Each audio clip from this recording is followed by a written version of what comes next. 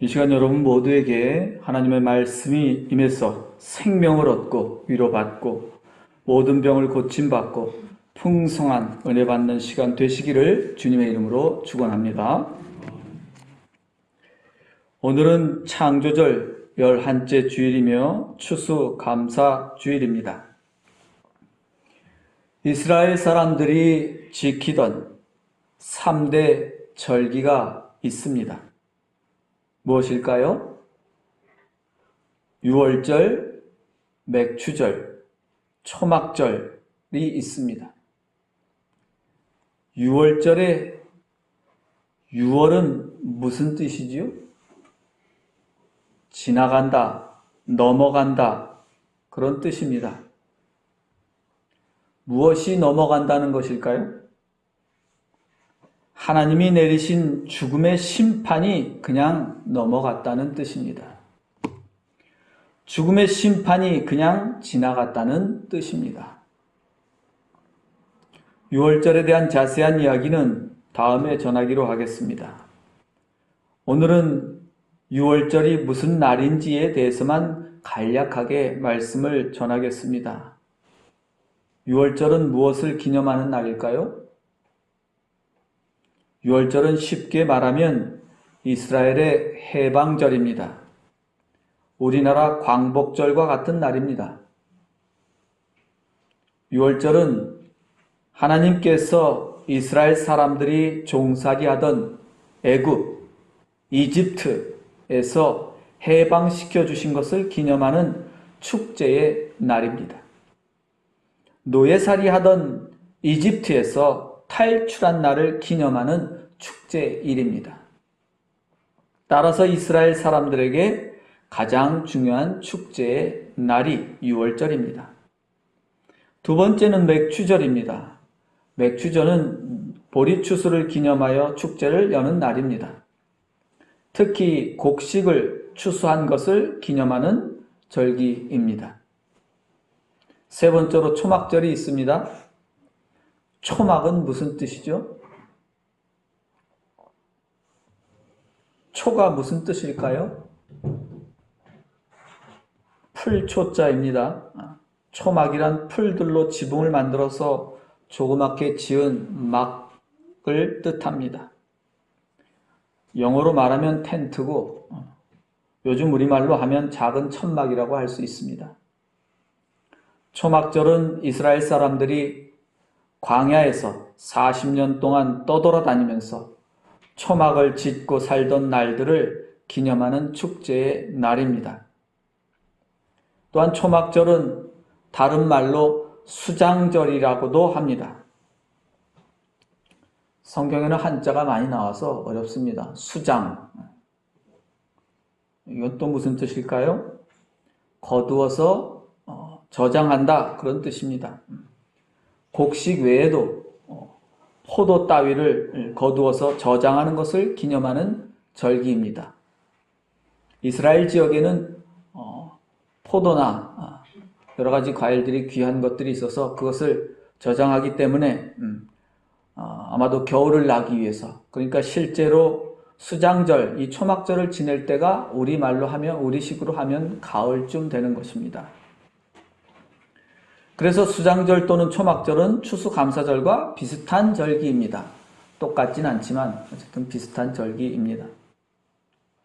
이렇게 추수 후에 축제하는 풍습은 이스라엘뿐만 아니라 거의 모든 부족이나 나라들에 다 있었습니다.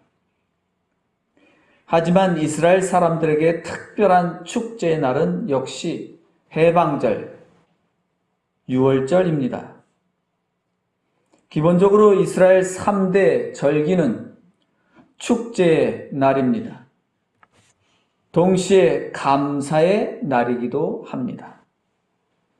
하나님께서 베풀어 주신 은혜에 감사드리고 잔치를 여는 날입니다.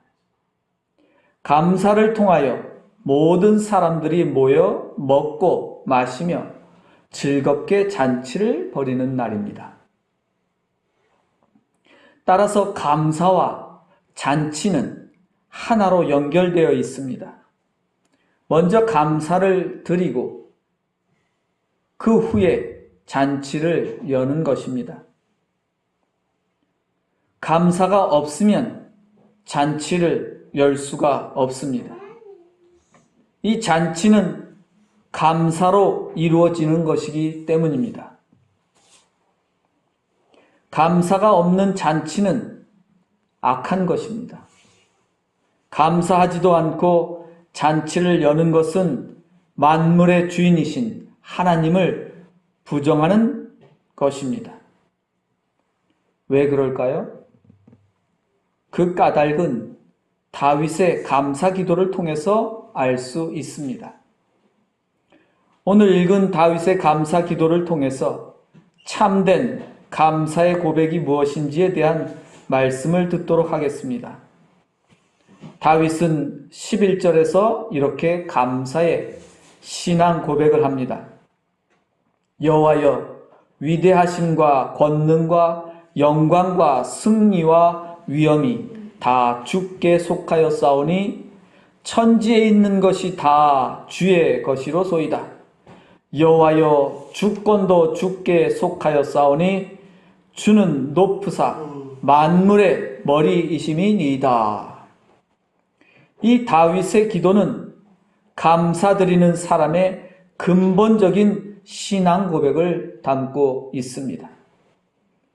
이 기도는 감사 기도의 으뜸이며 가장 모범적인 기도입니다. 감사 기도의 전부이며 감사 신앙의 근본이라고 할 수 있습니다. 다윗의 감사 신앙은 여호와여, 위대하심과 권능과 영광과 승리와 위엄이 다 주께 속하였습니다. 천지에 있는 것이 다 주의 것입니다. 라는 이 고백에 있습니다. 이 고백이야말로 감사신앙의 뿌리이며 모범입니다. 이 세상 만물뿐만 아니라 위대함과 힘과 영광과 승리와 위엄도 하나님의 것이라는 이 신앙 고백이야말로 감사신앙의 시작이며 근본입니다. 다 같이 따라해 보겠습니다. 천지에 있는 것이 다 주의 것입니다. 다른 말로 하면 주님이 만물의 주인이십니다. 라는 뜻입니다. 또 다른 말로 하면 천지에 내 것이 하나도 없습니다. 이런 뜻입니다. 다시 한번 따라해 보겠습니다. 천지에 내 것은 하나도 없습니다. 다시 말하면 내가 가진 모든 것은 누구의 것이라는 고백이죠? 내가 가진 모든 것은 다 하나님의 것입니다. 라는 고백입니다. 이 고백대로 사는 사람이 진짜 믿음 있는 사람입니다. 하지만 예수 믿는 사람들 가운데 이 신앙 고백을 따라 사는 사람들은 거의 찾아보기 어렵습니다. 거의 대부분의 사람들은 자기들이 가진 돈이나 능력이나 실력이 다 자기의 것이라고 믿고 삽니다. 머리가 좋아서 공부 잘하는 사람은 머리 좋은 게 본래 자기의 것이라고 생각합니다.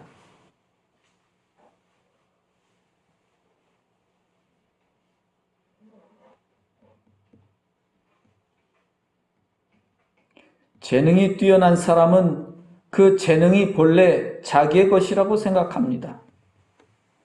돈을 잘 버는 사람은 그게 다 자기 능력이라고 생각합니다.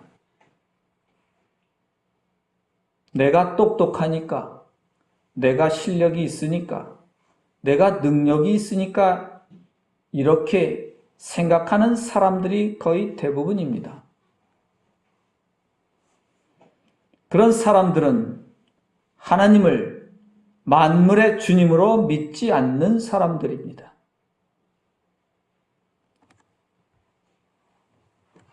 따라서 그런 사람들의 감사는 감사가 아닙니다.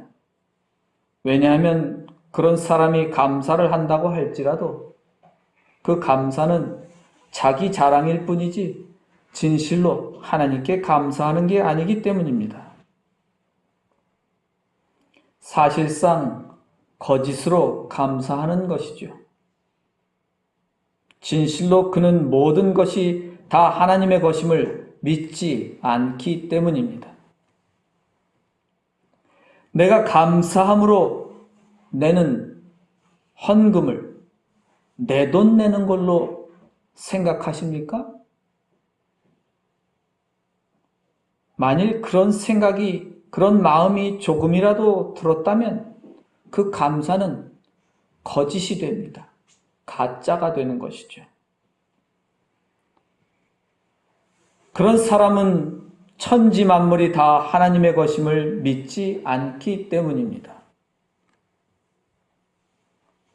교회의 소유자는 누구라고 했습니까? 교회의 주인이 누구입니까? 하나님 아버지입니다. 그럼에도 불구하고 교회에서 주인 행세하려는 사람은 천지에 있는 것이 다 주의 것이라는 말씀을 부정하는 것입니다. 천지에 있는 것은 다 주의 것입니다. 이 세상에 본래 내 것은 없습니다. 다시 한번 따라해 보겠습니다. 이 세상에 본래 내 것은 없다.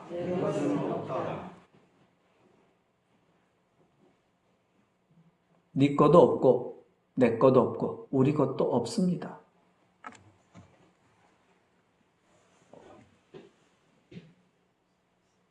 다윗은 이렇게 표현합니다. 왜 그러냐? 그래서 다윗은 이 세상에 있는 날이 그림자 같아 그렇게 말했습니다. 여러분, 이 세상 사는 건 그림자 같은 것입니다. 그림자 같은 그런 인생인데 내 것을 주장하고 사는 것은 어리석고 미련하다고 성경은 말하는 것입니다. 하물며 교회에서 주인 행세를 하려고 하는 것이야말로 하나님을 정면으로 부정하고 거부하는 것이죠. 하나님을 모독하는 행위입니다.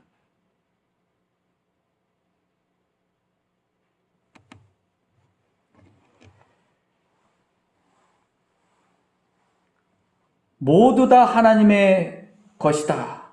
이렇게 고백하고 이 말씀대로 사는 사람이 진실로 믿음 있는 사람입니다. 그 사람이 하나님이 보시기에 의로운 사람입니다. 내 것은 하나도 없다. 다 하나님의 것이다. 날마다 이렇게 고백하고 이렇게 기도해야 합니다. 그래야만 진짜 감사를 드릴 수 있습니다. 그래야 진짜 감사를 깨닫게 됩니다. 그래야만 진짜 감사하는 삶을 살아갈 수 있습니다. 천지에 있는 것은 다 주의 것입니다. 날마다 이렇게 신앙 고백을 하고 감사하며 그 감사를 통하여 이웃에게 베풀며 즐거운 잔치를 여는 하나님의 자녀가 되시기를 주님의 이름으로 축원합니다.